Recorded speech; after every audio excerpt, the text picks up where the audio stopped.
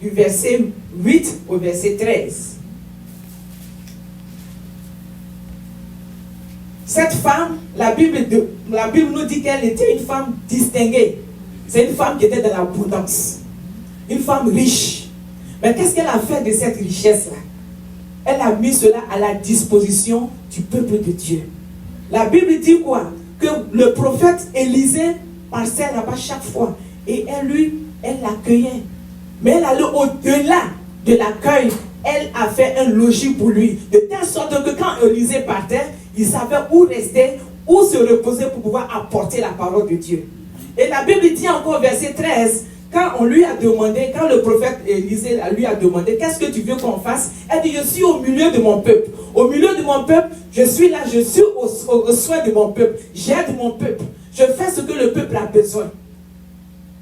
Naomi, elle dit, elle est partie sans aider le peuple.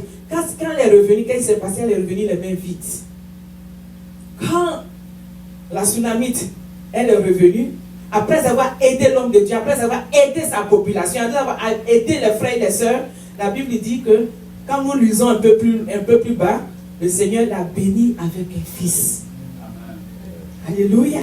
Et ce matin, le Seigneur nous comble de ses grâces de telle sorte que nous puissions subvenir à nos besoins et aussi aider les uns et les autres. C'est ce qui fait de nous des enfants de Dieu. L'amour se manifeste envers les autres. Manifester l'amour envers les autres. Alléluia. Le Seigneur a dit, Dieu lui-même a dit à Abraham, je te ferai grand et tu seras une source de bénédiction. Dans Genèse 12, 2. Nous aussi, nous devons être une source de bénédiction à tous égards. Nous devons exercer l'abondance. Si tu as des contacts, si tu as des connexions, si ton frère vient te demander, mon frère, est-ce que tu connais un lieu où je peux travailler? Toi, tu connais. Tu sais que je peux mettre mon frère là-bas. Tu es une source de bénédiction pour ce frère et la sœur là. Si tu ne le fais pas, non, ce n'est pas bien.